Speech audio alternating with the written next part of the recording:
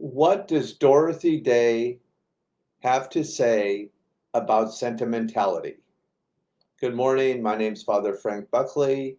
Delighted to be your host for our morning meditation group, Flourishing During Times of Uncertainty.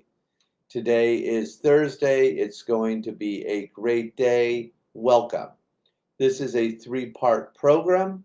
We always begin with a little inspiration. This morning, I'll be drawing from one of my favorite exemplars, Dorothy Day, who founded the Catholic Worker, which is now communities all over the world with soup kitchens, newspapers, and a special focus on those on the periphery. The second part of the meditation, the second part of the program is our contemplative meditation, where we give the first part of the morning to God. This is 20 minutes of silent reflection where we turn the gaze inwards and enjoy the miracle of meditation. And then the last part, something near and dear to St. Ignatius, the founder of the Jesuits' own heart. We'll do a little Jesuit examine, and this is where you are invited to put your comment, your experience in the comment box of where God has come alive for you recently. So let's get started with Dorothy Day and what she has to say to people who accused the Catholic Worker of being too sentimental.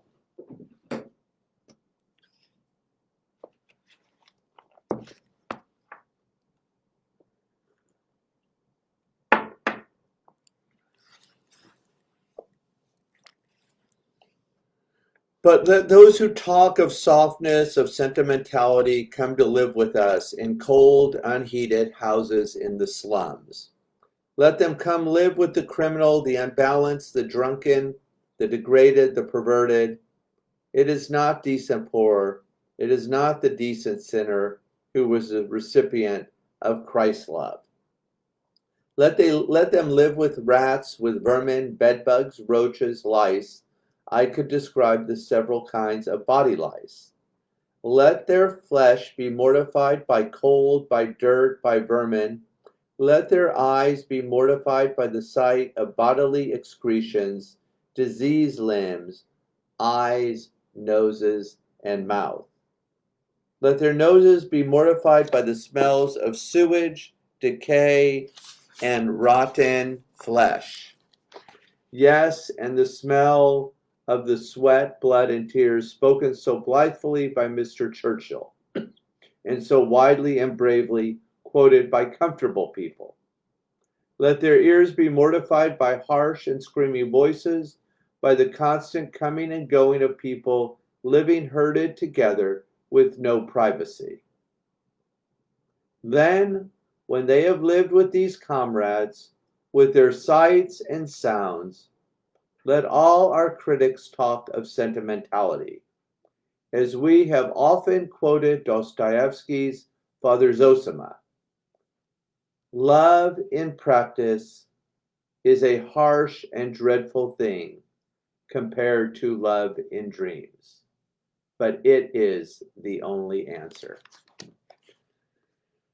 Thank you, Dorothy Day. I did a little a little workshop for Immaculate Heart middle school retreat yesterday, and that was one of the little passages we used for inspiration during the retreat.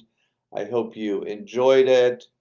I love how Dorothy Day really plants her feet in the ground where she stands. What a hero, and definitely already a saint in my book in the Catholic Church. All right, let's get this party started. If you want to experience a little miracle in your everyday, ordinary life, let's take our shoes off, get comfortable. I'm going to lower the lights, and then we'll get started.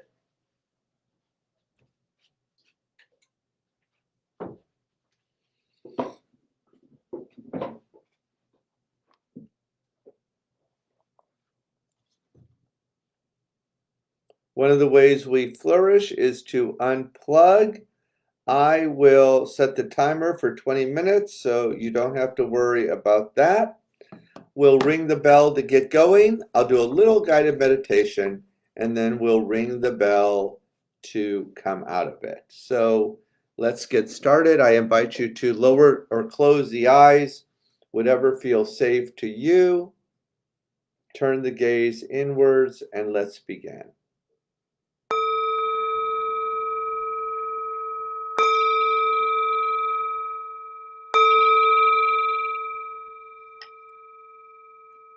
Listen, listen, the sound of the bell returns us to our true home. As always, let's begin with diaphragmatic breathing, that is, breathing deeply as possible into the lower belly 3 times to get grounded. In through the nose, out through the mouth. Together as a community, inhale, open mouth, exhale. Beautiful. 2 more times, inhale and exhale. Bringing fresh oxygen to the brain and the body. Last time, deeply as possible. Inhale and exhale. Good. Continue to breathe on your own. Feel the feet pressed onto the green earth, and just take a moment to notice any sensations between your feet and the earth.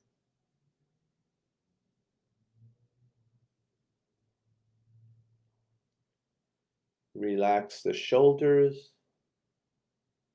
Take the attention to the heart. I invite you to touch the heart and to cultivate a little attitude of gratitude to begin our meditation.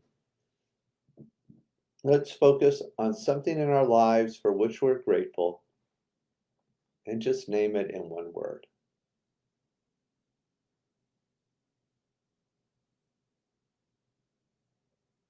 Very, very gently place that word next to your heart. And as a community, let's breathe into the gratitude. Inhale and exhale. Release the hands and just notice what you feel.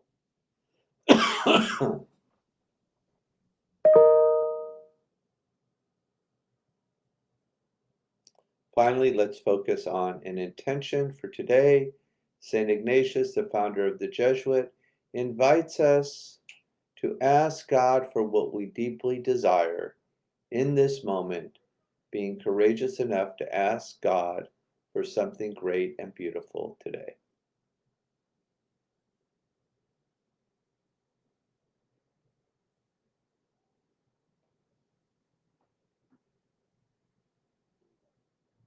And we'll seal that intention with an inhale and an exhale. Engage your sacred word 4 or 5 times. Take the attention to the breath and enjoy a little deep rest. Please continue.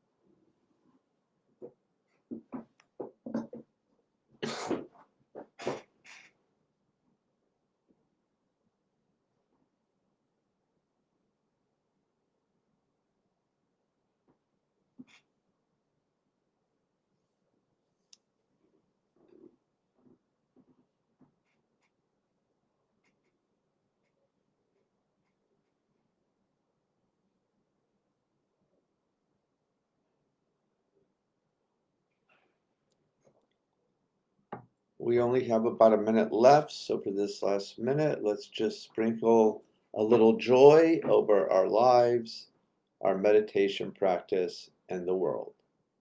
Please continue.